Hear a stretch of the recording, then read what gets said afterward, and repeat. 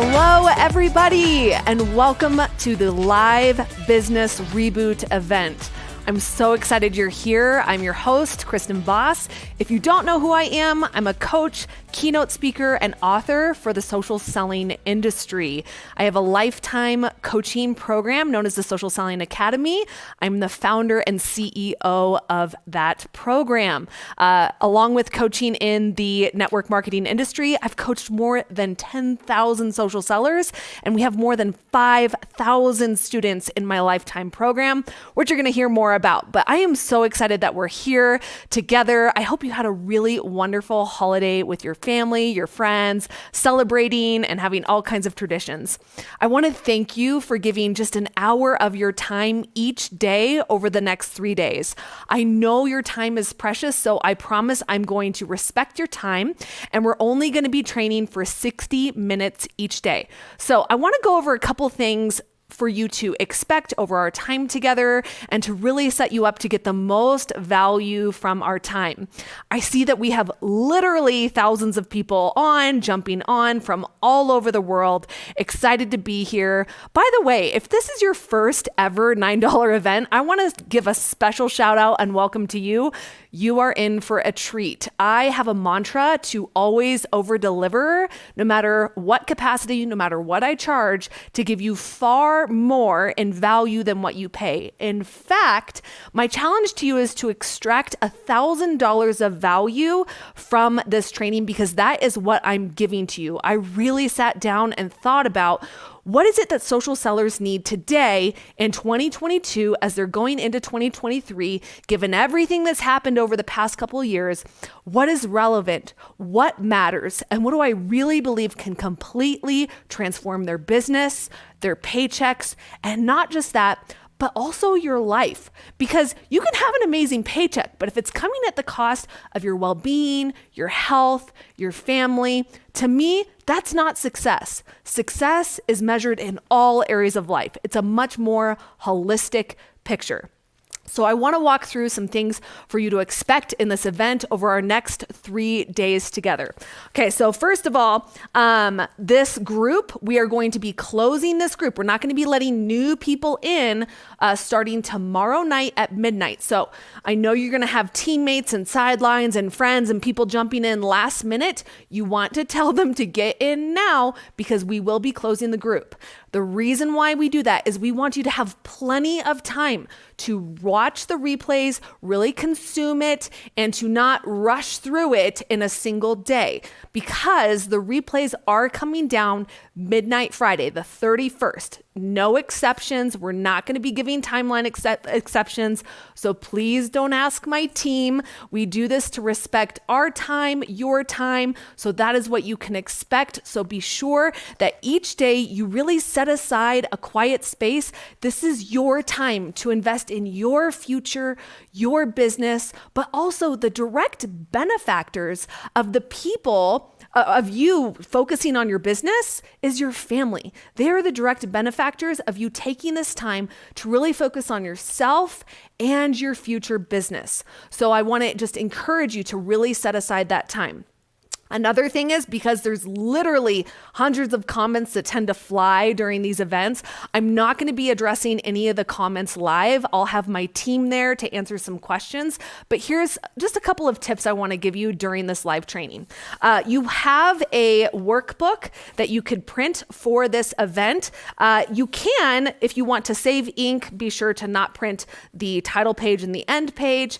So just make sure you literally have a blank page to take notes. And then you have questions and prompts to go through after the training. And I've even included team discussion prompts. So if you are here with your team, this is a wonderful tool for you to, assemble the team, do a quick, 45-minute, 30-minute team meeting, and go through these team discussion prompts together. You're going to extract so much more value that way and really create a cohesive team culture and mindset as you go towards the new year.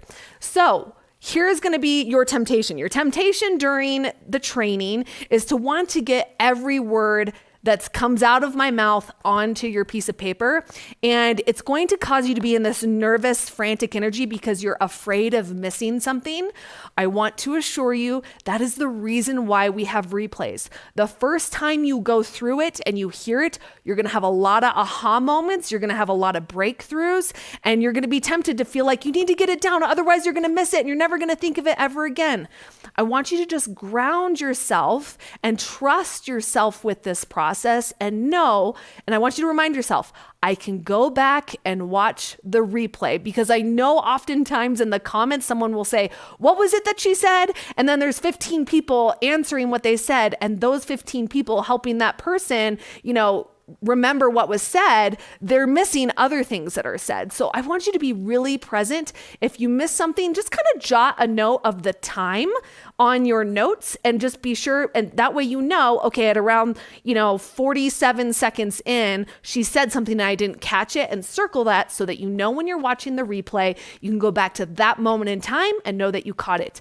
That's something that will really help you. Another thing I can offer you, and people have loved doing this at past events, is a lot of people will watch the live training and just be fully present. They won't have a pen in their hand. They won't be taking notes. They're just busy absorbing and consuming the information. I'm going to be teaching through audio, visual. There's a lot of ways for you to learn. We'll have subtitles on. We really want to make this as accessible as possible for you. So a lot of people have a lot of success when they listen the first time and just give it their full focus, and then they watch the replay and then they take the notes. You're going to learn something different every time you watch a video. It's going to land different the second time, maybe the third time. So it's important that you enter this training with the right mindset. I don't want you to have a mindset of scarcity that you're afraid you're going to miss something. You're not going to miss anything. We have our replays. We got you. Okay, let me see if there's anything else in this housekeeping that I want to share with you. Okay, talked about the replays ending at midnight. Okay, the last day after our 3 days together, on the fourth day, which is Thursday, I'm going to be doing a live Q&A, because a lot of you are going to want to know, okay, I have these ideas. I'm now very clear on what's going on, and now I want help. Now I want accountability. Now I want to guarantee to grow my revenue in 2023. Now I want accountability. Now I want support. What does that look like? And I have a big announcement happening at the Q&A, so you're gonna wanna be there. It's gonna be the same time that we're having all of our trainings at 12 Central Time, noon Central.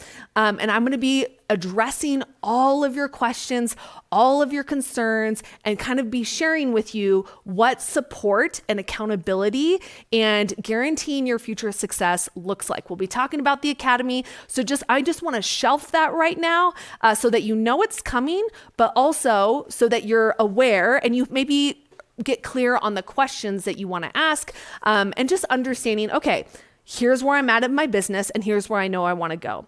So those are things to keep in mind. All right, I think we're ready to really dive into our training today. I have a lot I'm going to cover with you because I really want you to have massive transformation from these events. In fact, it was interesting. We were just interviewing a Social Selling Academy student who you're going to hear from. She attended the last 3-day event, and it was her first ever $9 training event. And she decided to implement what she learned at the live event quickly. And she saw results quickly. From that point, I think from the time that she went to the event to the time she implemented, and then she decided, all right, I'm ready, I'm joining the Academy. Since then, she's been with us for 90 days. Since then, she's doubled her organizational volume. She's ranked up twice, and she's made her full investment back. Her business has completely changed because she first decided to implement what was taught here at the event. And then she immediately decided, I'm ready to take the next step and I'm ready to move forward. You're going to be hearing some amazing success stories this week about people that decided to really focus on implementation of what they learn. All right. I want to give you one more thing. It's very easy for you to attend these things and get caught in consumerism, to consume knowledge, and it can kind of puff you up and be like, wow, this is amazing and I'm learning so much. But consumption without implementation is fruitless. Consumption without implementation and a plan of action, why are we here then?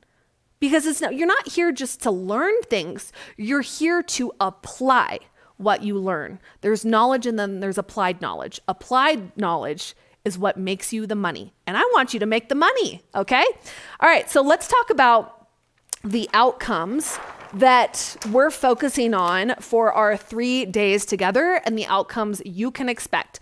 The first outcome I want to make sure that we have is that we identify and address your specific barriers to success. Each person has a different barrier, something that's in the way from where they are now to where they want to be. So we're going to get very clear about what your exact barrier is and how to address that, okay? 2 is we're actually going to reorient your why. You might not have a strong enough why, or your why might need some reinventing. You may have outgrown your why. Your original why when you decided to join this business may no longer be relevant because you reached it a year ago and you haven't found a new why that really generates desire to show up in your business consistently. So it's important that we reorient your why. And there's a whole exercise for that. The third one is we're going to identify gaps. There are 3 specific gaps that we are going to identify that's keeping you from having massive success and making the money you want to be making in your social selling business. Okay. The 3 gaps are is a behavior gap, a skill gap, and a belief gap. We're going to cover each of those. So don't worry if you don't write them all down. Okay. The 4th is we are going to reframe your mindset and your thinking around selling and recruitment. A lot of people have what I'm going to call the ick factor with selling and recruitment. That's where they experience a lot of resistance. I notice a lot of people love talking about their products because they believe in what the products do, but as soon as it comes to talking about the business, the opportunity, they clam up and they don't know what to say. They feel icky. They don't want to talk about it, and they just start to move away from their business. So we're going to reframe this in a way where you actually look forward to selling and where recruitment feels like the easiest and simplest part of your business. Can I get an amen for that? How many of you are like, yes, if I reframe this, I know so much can change for me and my business. Honestly, this is huge for most people. Okay. And lastly, we're going to close your implementation gap. We're going to get you to a place where you are actually implementing your knowledge faster. Okay. Because implementation's great, but if it takes you a year to implement something, imagine how much opportunity and income that is costing you because you are not being quick with your implementation. So again, these are the outcomes over our 3 days together. And I want you to just go back to this. And when you're watching the replay, maybe put this on a Post-it note. And I want you to keep going back and visiting these 5 key points so that you know at the end of 3 days, you're going to say, yep, here's my barrier to success. Yep, here's my new why. Here are my thoughts around my 3 gaps. Here's my new thoughts and feelings around selling and recruitment. And here's my plan of action for implementation following this event. If we get here, if we go through 1 through 4, but there's no implementation, why bother? Why bother? And again, I have challenged you to show up to this event as if you have spent $1,000 to be here, because that's the amount of value I plan on giving you. And I will tell you right now, your next $1,000 in sales can happen like that the moment you decide to apply these things. Okay? You with me? Great. Okay, here we go. We're going to start with goal alignment. And this is where we have a really honest conversation about where you want to be, where you are now, and where you want to be. Really quickly, you have to ask yourself, as I carefully get down from the chair, do my habits and actions match my goals.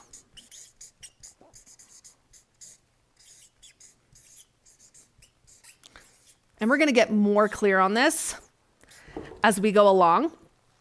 But it's really important that you have a very honest conversation with yourself about how you are showing up for your goals. I would even be curious, what is your relationship with goal setting? Oh, I'm getting a little messy here with my writing, but that's okay. What is your relationship with goal setting? Some of you might say, I love setting goals. It's so fun. I'm the first person in line to get a planner at Target. I'm the first person in line to get Post-it notes and new pens. I just love setting goals. It's so fun. But that's all I do is I set them. I don't meet them. I don't exceed them. I don't accomplish them. I just like the high I get from planning. By the way, do you know that's a real thing, that your brain actually gets dopamine from planning, from setting a goal? There's actually scientific research that shows that people actually get more dopamine from planning a vacation than they actually do on the vacation. And I think we can have the same thing with our goals. The same relationship is we place more value in the planning. It's fun, it's great until it gets gritty. Goals are great until it gets gritty, and then it gets hard. Some of you might be like, I don't set goals. Me, don't do it, don't know how. I don't trust myself with goals. They don't feel good. Some people have extreme resistance to goal setting, and oftentimes it's because they don't trust themselves with goals. Because there's this big, huge looming question, what if I don't meet the goal? And I'm going to frame a goal in a way maybe you have never heard it before. All a goal is you estimating how much time, energy, and effort is required to have a certain outcome.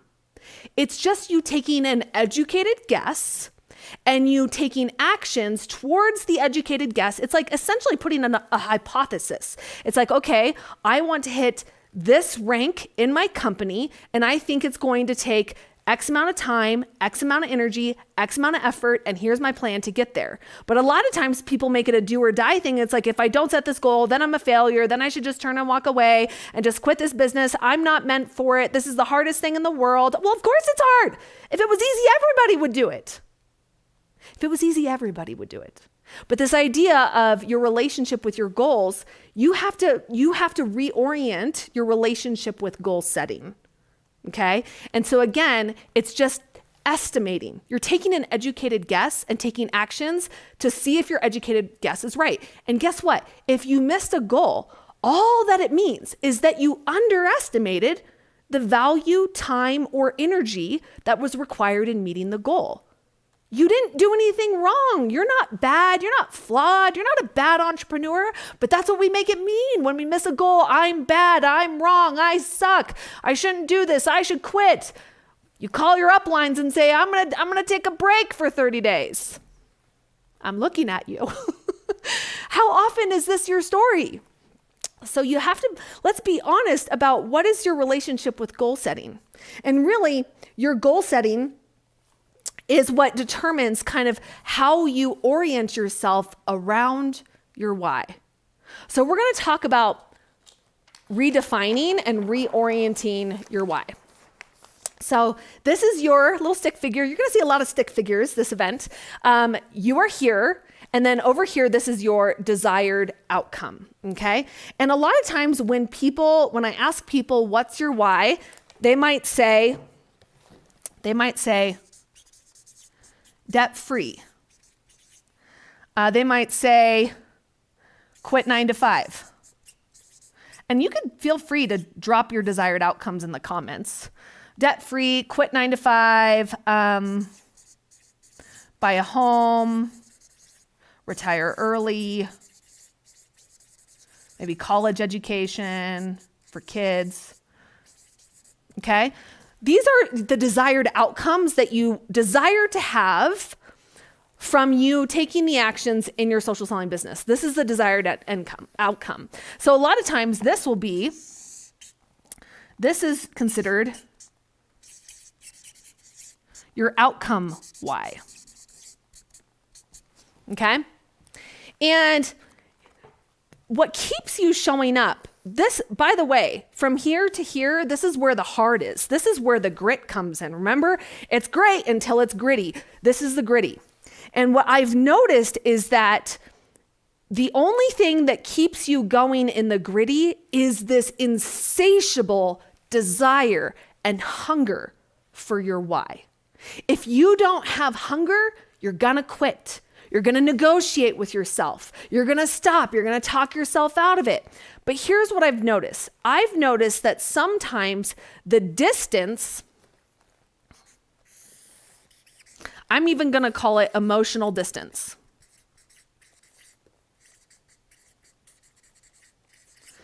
How excited do you feel with something that's super far away? With something that you're not really sure when it's going to happen, how it's going to happen? Like, it's hard to generate excitement around something that is in a distant future when you're not sure it's going to happen. So what I notice is that with this emotional distance from where you are now to where you want to be, a lot of times we have what I'm going to call like a waning desire. I don't know if that's how you spell it, but today it is. A waning desire, or as you might call it, lack of motivation. Most people, motivation gets them from right here to right here. That's it. This is the motivation. That's how far it gets you. Feeling super excited. You know how I know that? Because when you go to your conventions, when you go to your retreats, you're so excited. You're so ready for your why until you get home, and then life happens. And then this is the grit. This is the grit. This is the hard. And if you don't have desire that outweighs the grit, you're gonna quit. Somebody put that on a t-shirt. Put it on a mug, right? So this is your grit. So now we have to ask, okay, if the outcome why, if often there's a waning desire, an emotional distance between where I am now and where I want to be, how on earth do I stay consistent through the grit? And what I'm going to call, what the real thing that grit is the grit is the process. The grit is the journey. If you only find joy in the outcomes, you're going to find yourself impatient and frustrating when the outcomes aren't happening fast enough. This is when you're telling yourself, I should be further along. Why am I not there yet? They have it. Why can't I? And you get into compare and despair, and you feel like garbage. And guess what? When you feel like garbage, you stop working. This is again, and I see people just hover back and forth right here. They just they start, they get motivated, they fall back. They get motivated again and they start, they fall back, and they wonder why they're stuck for so long. So what is the secret to finding desire in the grit and in the journey? And what this is your process-oriented, oops, I said processed. That's okay. Let's just scribble out that D. It's not like it's packaged meat. Process-oriented why. That is what creates desire. Your process-oriented why is what creates the grit. It's what creates prolonged desire with delayed goals. That is the secret. Delayed gratification and having prolonged desire for a goal that is removed from where you currently are right now. Are you tracking with me? So if you're like, well, what's a process-oriented why? A process-oriented why is when you ask yourself, why is it important to me to be somebody who sticks with the process? Because you can find all kinds of importance. Like if I was to say, why is it important for you to be debt-free? You would have answers for me so fast. If I would say, why is it important to you to quit your 9-to-5? You'd give me 10 reasons. If I said, why is it so important for you to have a home? You'd give me quick reasons. Why is it important for you to retire early? Why is it important to have a college tuition for your kids paid in full? This, you can give your whys as to that's what's important. But the problem is most people lack good reasons to why they should be process-oriented. Why is it important to me that I'm somebody who shows up in my business even on a non-winning day? Why is it important to me that I show up consistently, I follow through, I make reels consistently, I prioritize customer care, I have ongoing recruitment, and I work on my systems, and I'm always networking with people? Why is it important to me? Do you have as many reasons for your process as you do for your outcomes? If you don't, what's going to happen is your excuses, because there's waning desire here, because you don't have strong reasons to stay focused with your process, what's going to happen is your excuses will outweigh your desire every time. Because your process-oriented why, the very thing that creates grit, that creates determination, that creates longevity and consistency, reasons for loving your process, if you don't have that, you're gonna quit. You're gonna be inconsistent.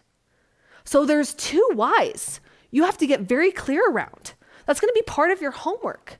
As you might, and this is what I see for some people, sometimes people have reached desired outcomes. So let me give you an example. Some people come to this business and they wanna close the income gap. They wanna, make $200 extra a month to, maybe their original goal was like, I just want to pay for dance lessons for my kids. Well, suddenly that's paid for. But a lot of times I've noticed, so they've reached their first why, and maybe it was their original why. And what I've noticed is if they don't immediately generate and create another why, they end up staying exactly where they are, just making the same amount of money, not because they're not for lack of, talent or lack of skill. It's just because they have a lack of a new why. And maybe some of you, my bigger earners, some of you who were like, it was your goal to quit your 9-to-5 or retire from your nursing job or your teaching job, and you matched that income, but now you've realized you haven't been able to outgrow or outpace that income. And my question is, have you created a strong why for why it's worth you experiencing more discomfort to have more income? You have to ask yourself, if you've had a certain amount of success, you have to get to, why am I willing? Everybody has to ask this. Why am I willing to experience discomfort? Why is it important to me to be somebody who feels discomfort in this process? And why is that rewarding to me? This is why most people don't stick with the business long enough to actually see massive results. Okay? All right. So get clear on your process why. Why is it important for me to be somebody who sticks with the process? And I want you to come up with at least 10 reasons. And I want you to feel them in your gut. This is why it's important for me to be somebody that shows up consistently. This is why it's important for me to have ongoing conversations about my business and my product. Okay? And then maybe some of you need to get very clear on your outcome-based why. Some of you might be doing both. But the goal is to create desire. Desire isn't something that happens to you. It is something that you generate from within, from a profound place of belief and feeling so devoted and dedicated to where you want to go. Desire doesn't happen to you. It's something you create, which is amazing, because if some of you are like, I just haven't felt desire to work for my business in a long time, you can generate the desire by reminding yourself why the hell this is so important for you to do. Okay? All right. So we're getting clear on our why. Next, we're going to talk about your business identity. So we've talked about your process-oriented why, your outcome-oriented why. We have to talk about your identity and how you see yourself in relation to your social selling business. Are you calling yourself a stay-at-home parent while also making money, trying to make money at home? And I would say the moment, and I've said this to people before, the moment you decide to make $1 online, you are now a work-from-home parent.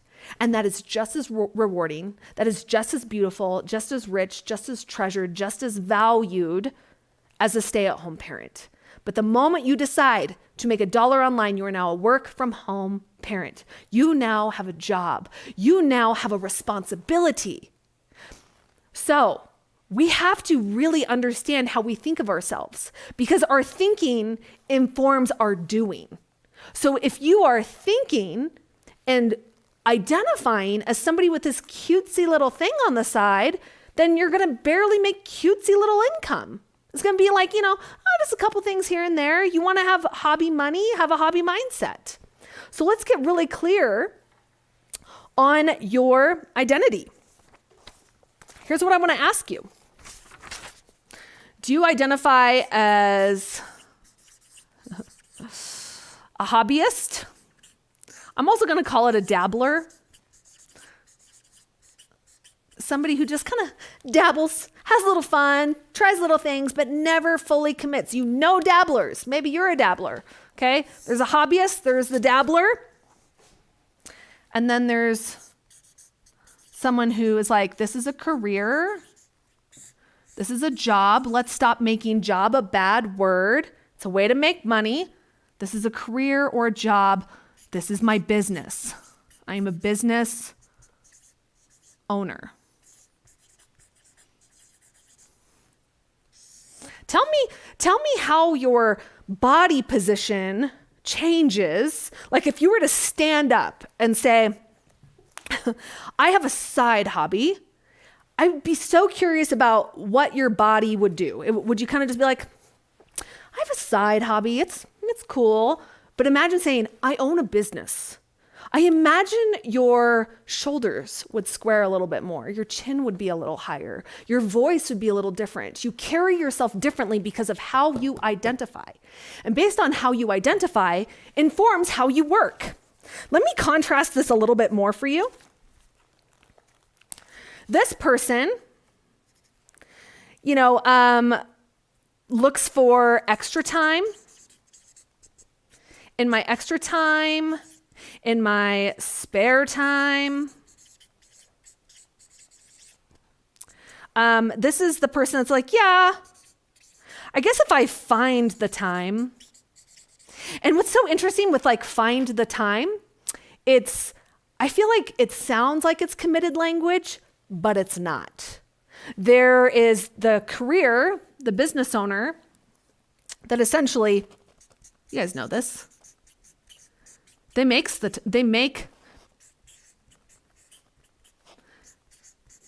time. It's a non-negotiable. They don't negotiate with themselves. They don't tell themselves anything other than what the business is. It is a business. I'm responsible for generating revenue. I'm responsible for creating sales. I'm responsible for my own paycheck, and I show up as such. Nobody's paying me for scrolling online today. You don't make money. You don't make money scrolling, okay? This person is negotiable.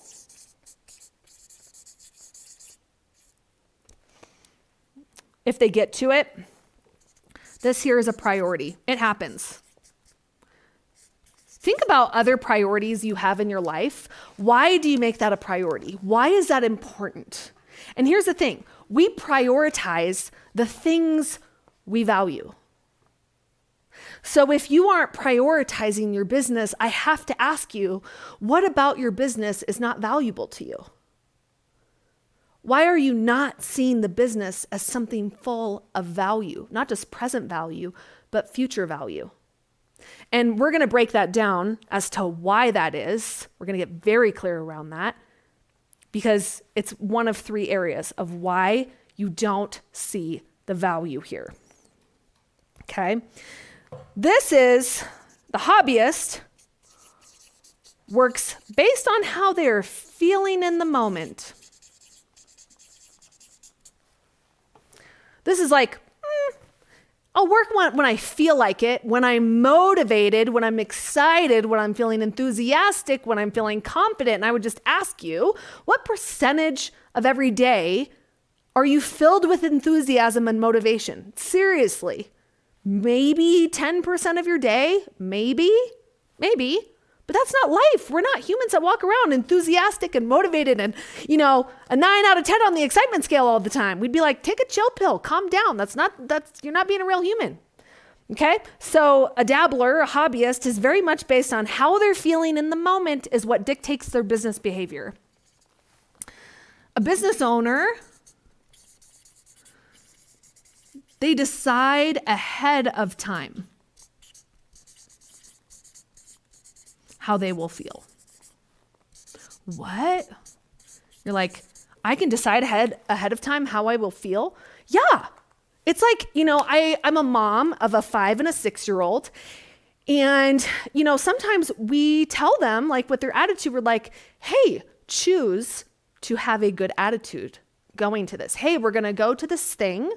I hope you choose to act accordingly. I hope you choose to have a good attitude, to show up in this way. If my toddler can do it, I don't know if my kids are considered toddlers. If my little kids can do it, us adults can decide ahead of time how we are going to choose to feel about a task. We don't have to be excited, but we can choose to be committed. We can choose to be dedicated. We can choose to be disciplined. We can choose to feel connected to our goals.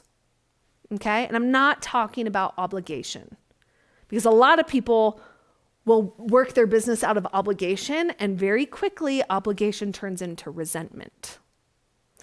What would it look like to choose to work your business because you love it?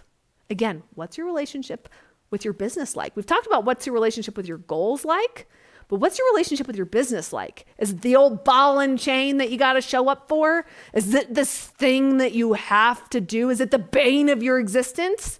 Is it this thing that's this constant thorn in your side?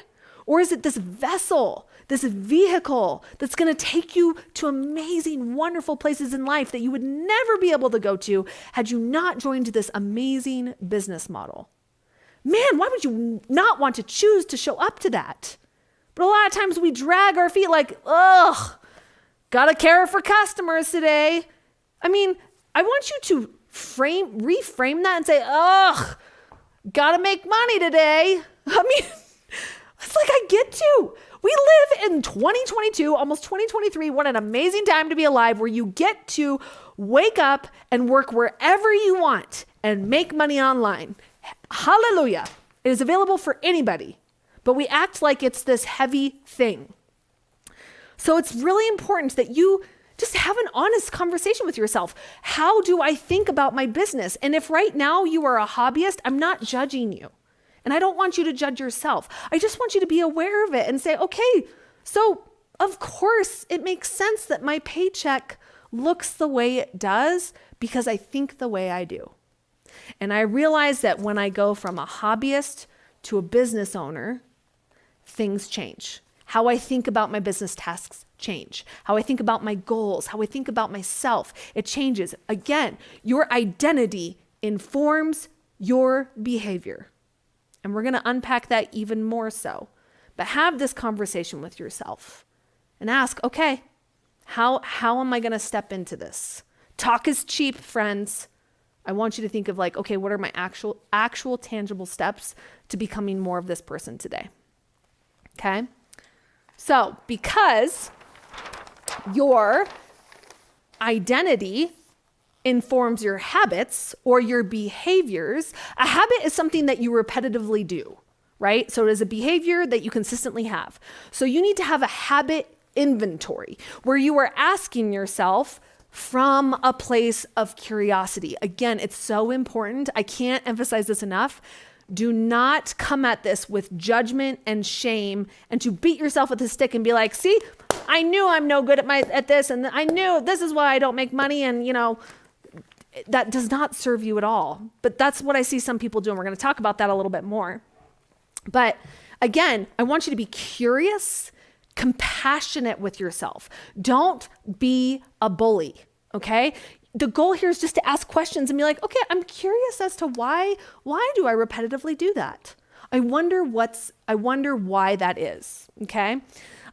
Be honest with yourself, because we can't change anything if we aren't willing to be honest about our current and present reality, okay?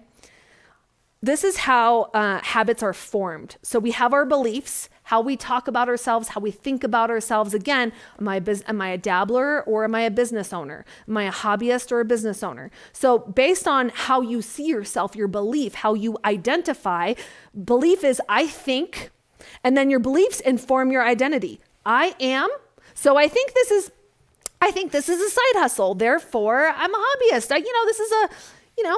I'm a dabbler, whatever. I think creates your beliefs inform your identity. I think, I am, and then your identity informs your behaviors. I do. And habits and behaviors, habits are the behaviors that you repetitively have. And what's interesting, our beliefs are thoughts you repetitively think, which means when you change your beliefs, when you change your thinking, you change your doing. It all changes. Okay, again, beliefs are thoughts you think repetitively, and the thoughts you think repetitively become beliefs, okay? Then you have your identity, how you see yourself in the world, and then you have your behaviors, and your behaviors repetitively done turn into habits. So your habits always tell you something about how you identify yourself. It tells you your beliefs about yourself. So when you're doing a habit inventory, and I'm gonna get to a chart here in a minute, there's something I notice that people do when they're evaluating any of these things, their beliefs, their identity, their behaviors. If you are not curious, if you are not compassionate, if you are not honest, what you are gonna end up doing is you're gonna be in something I call the shame spiral. That's where you observe the thought, the habit or the behavior, and your immediate thought is, what's wrong with me? Why do I think this? I'm so terrible. I'm so bad at this. We immediately go to something's wrong with me inherently as a person and who I am, which creates this debilitating feeling of shame. It consumes us. And when we feel shame, remember, the manifestation of shame is always hiding. Shame is always hiding. If you ever see a little kid do something naughty and they go hide in the corner, it's like, that's little shame. It's just hiding, okay? So what's wrong with me creates feelings of shame. And then not only do we hide, so we stop showing up, but we also seek evidence of how that's true, of how we are wrong. This is something your brain does. It's called confirmation bias. Is always searching for evidence of how to reinforce a belief you have, or even a thought you have, and then it becomes a belief. A belief is something that you've just built and generated through gathering evidence over time. So some of you might have beliefs that you've been gathering evidence for years, that it no longer feels like a belief, it feels like a fact. You say, I suck at selling, or I'm not good at this. And it just feels so ingrained that it actually feels factual and like it's something you can't change. So again, what's wrong with me creates feelings of shame. Then we seek evidence, and I call that shame stacking. And shame stacking is when you start going through an inventory of all the things in your life that you should feel shame for. And then you start snowballing that into and then this one time I did this, and then this one time I did this. And then you're just feeling more crappy about yourself. You stop showing up, and when you stop showing up, your results suffer. Or your paycheck suffers, your business suffers. And then when you see that your business has suffered, you're right back to, what's wrong with me? Why is my business suffering? Not realizing that you've been in this uncompassionate shame spiral because you're unable to look at your habits, your beliefs, your identity from a place of compassionate curiosity. This is just I'm just going to beat myself with a shame stick. And it paralyzes you from moving forward in your business. So where do we go from here? How do we do this? How do we do this honest, inventory of our habits? And I want to share with you a little bit of how that works, because now we're moving right into our gaps, okay? Okay, here's our 3 gaps. All right, this is where you are now. And this is where you want to be. So this is the end goal. I feel like end goal is not the best wording because there really is no end game in entrepreneurship. It's something we play for life. It's an infinite game. But bear with me here today, okay? And then we have you are here where you currently are. Okay? The first thing we're going to look at is I want you to get very clear about your current habits here. Because you are here because your current habits landed you here. You are living in the reality of where your habits have taken you up until this point today. And then we have here, I'm going to call them future me habits. And this is where, and maybe there's an income goal here. So let's just to make it more tangible, let's say here you're making 10K a year.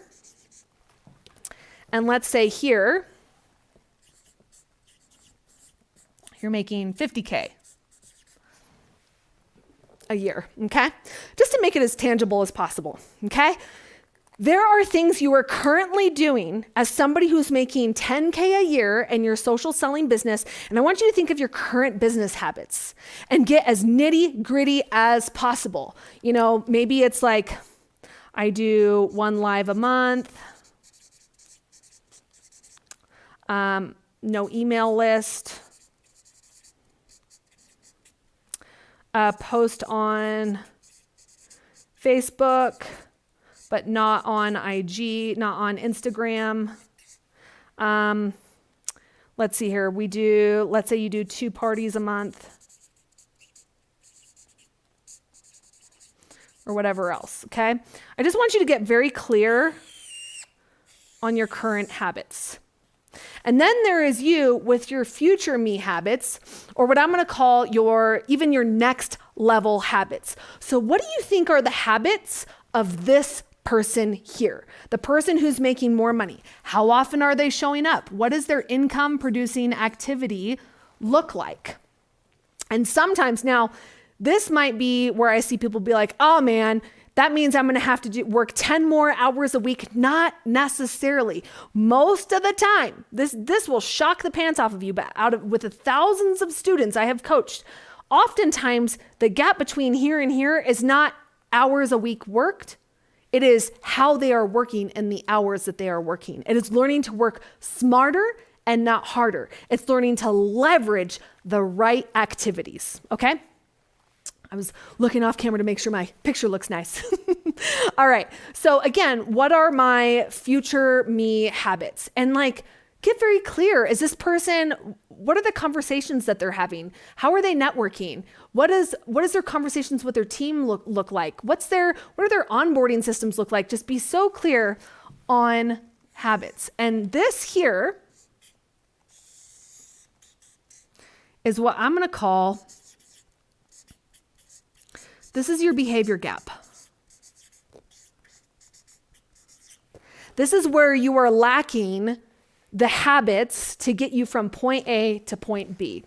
And so I want you to kind of take an inventory of what habits are in what get behaviors are in your gap. What's lacking, what's missing. And because it's almost always the things you avoid, the things you're like, I don't want to do that. Do I have to? Ooh, do I have to talk to people? Yes, you do. You are in network marketing. Some of you are just like to do the marketing part and you wonder why no one's coming. It's because you're not networking. You're not talking to people. Even if you don't call it network marketing and you call it social selling, you're in social selling. You're like, I'll sell, but I won't be social. Or some of you are like, I'll be social, but I won't sell. You got to do both. Social selling, network marketing. Direct sales, meaning direct to consumer, means you got to talk to people. There's no getting out of this. There's no getting out of talking to people in network marketing. Now, if that just filled you with dread and feelings of terror and a pit in your stomach, you're going to love tomorrow because we're going to reframe all of that. We're going to clean up that mess and you're going to feel amazing about showing up online and connecting with people. You're going to love it, okay? But getting clear about your behavior gap, and it's things I'm going to even just call it if you want to just get real honest, say, what am I actively avoiding?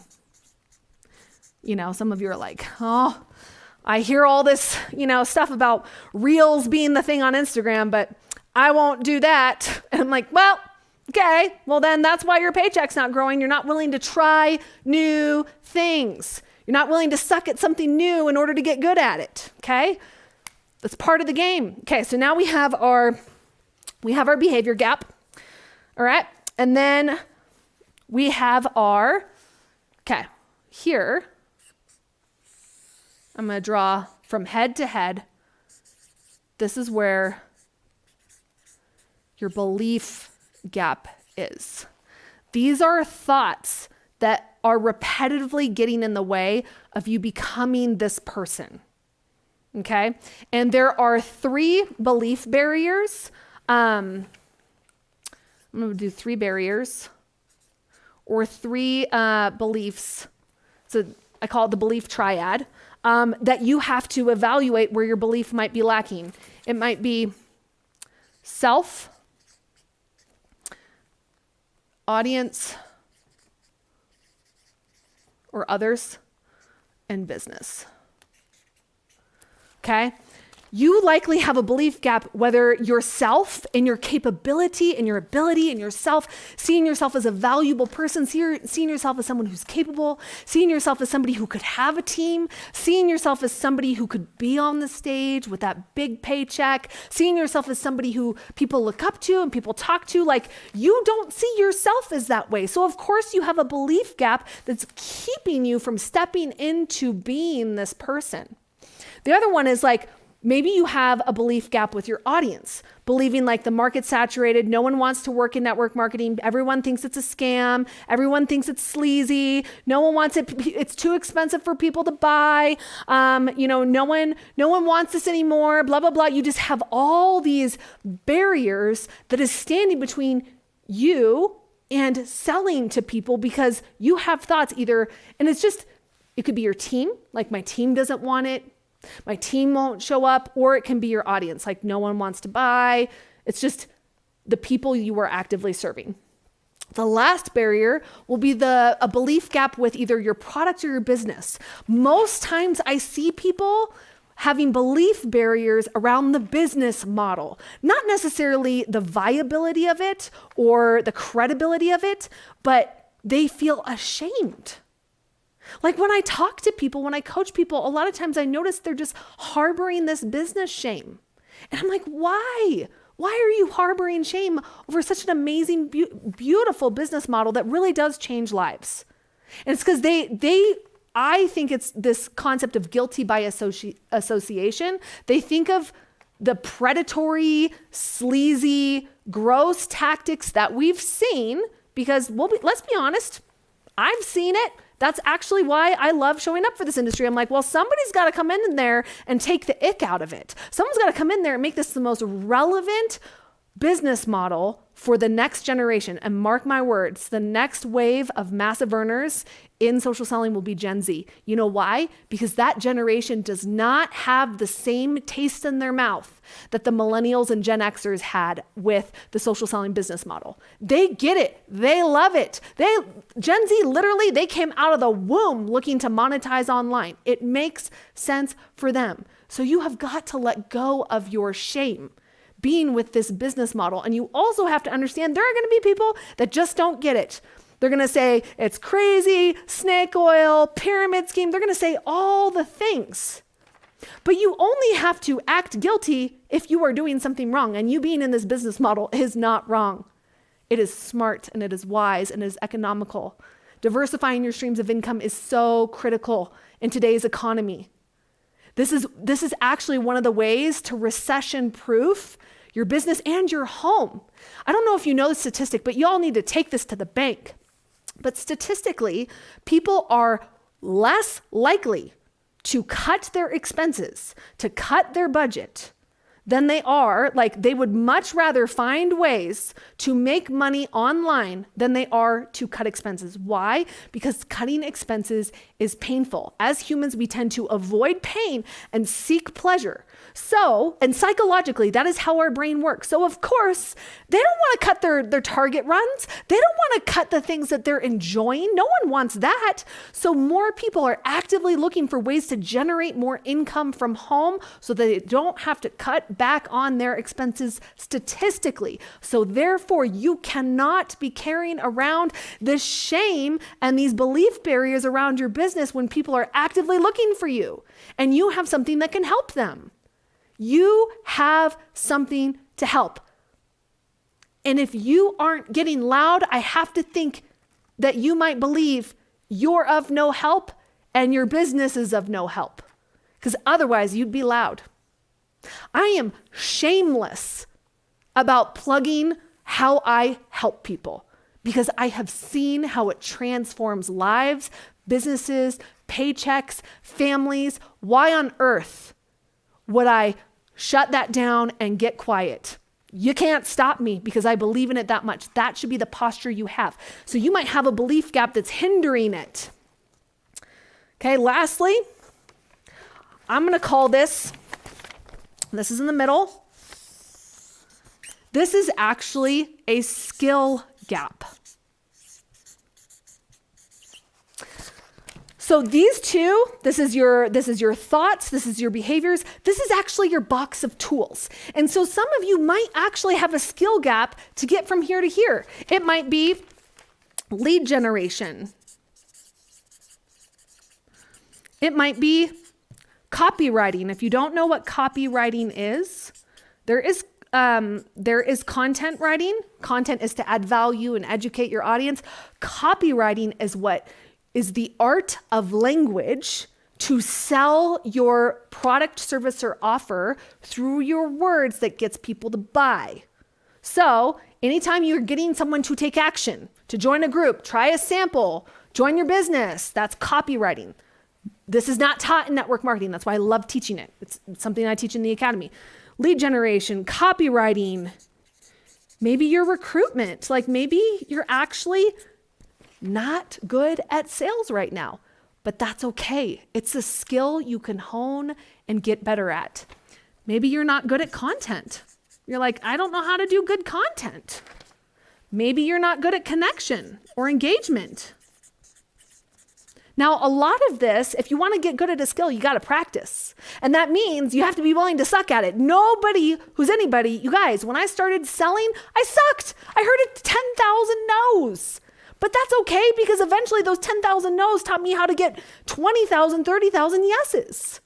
Because I was willing to grow my skills and I invested to grow my skills. And the skill gap, by the way, you can compress this timeline.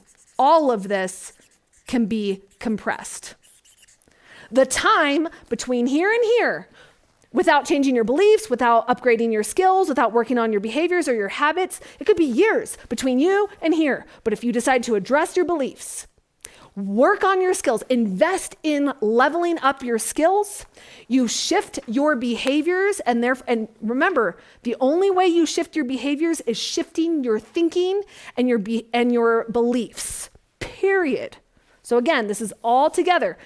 If you want to compress this timeline, shorten it from years to months, you have to show up and implement quickly and be willing to invest in yourself. Be willing to be honest and do things that you never have done before. Okay?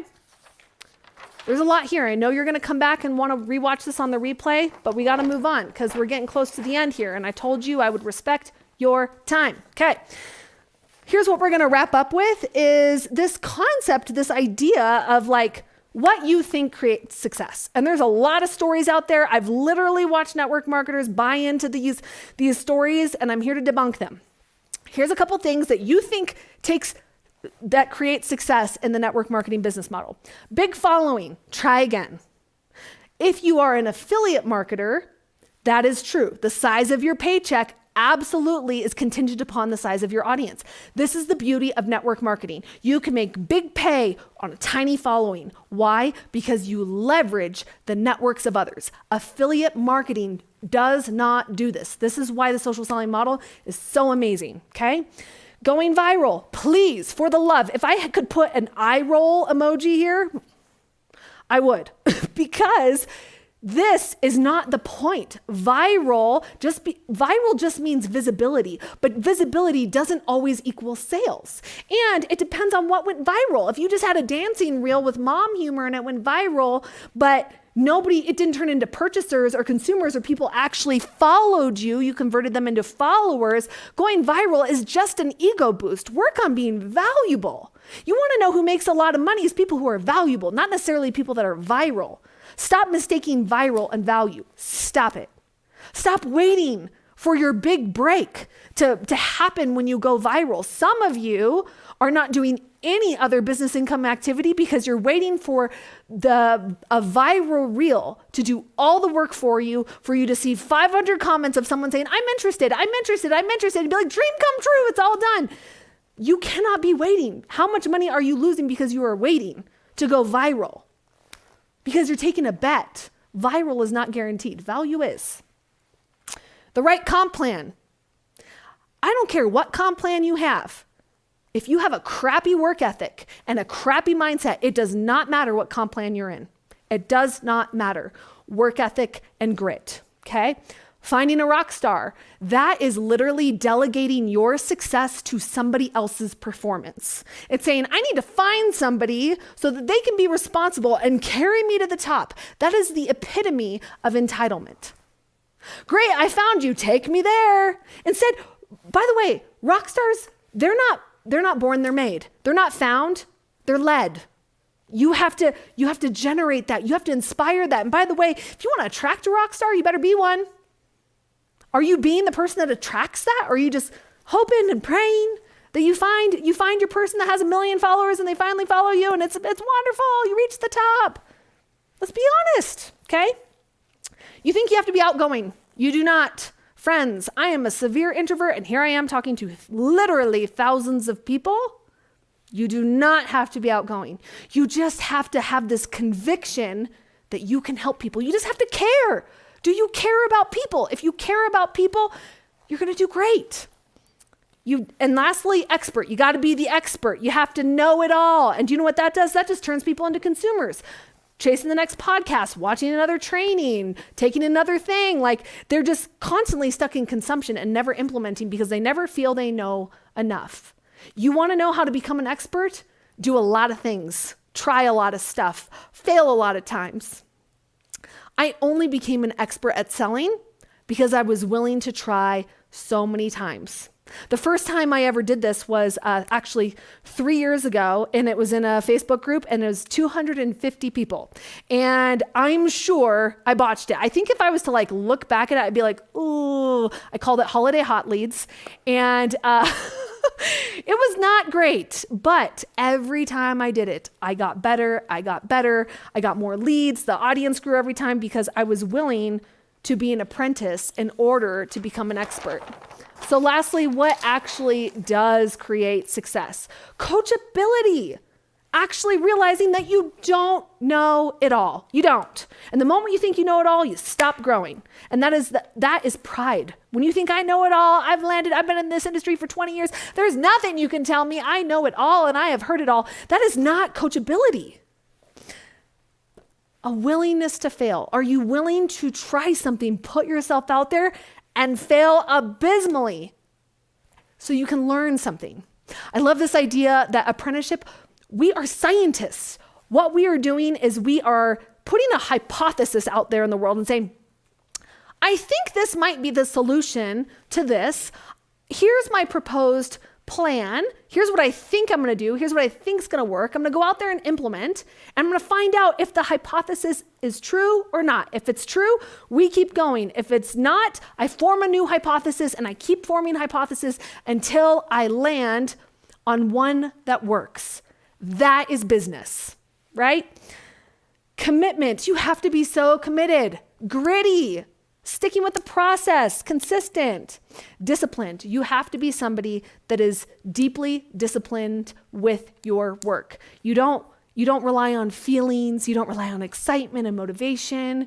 You get up because you value who you are becoming in the process. You value the process just as much as you do the outcomes. That is a person of discipline. They learn to love the process. Self-awareness. Listen, you got to know what's going on in here. You have to be able to figure out, okay, why do I behave that way? Why do I not show up in that way? I wonder why I responded in that way. I wonder why I got so frustrated. I wonder, just that level of self-awareness is where you develop curiosity, innovation, problem solving. That is leadership. By the way, you want to know the key pillar of leadership is self-awareness, learning to understand who you are, how you respond, and how to essentially be the higher evolved creature of your business. Essentially how to access your reasoning brain instead of acting out of your primal brain that's always acting like the world's on fire, right? And lastly, the speed of implementation. The person who actually literally accelerates the time between knowing what to do and doing it. That is something I know that has served me incredibly well, and my team knows this. Like, once I formulate an idea, the time between the idea, the conception of the idea, and implementation is lightning fast.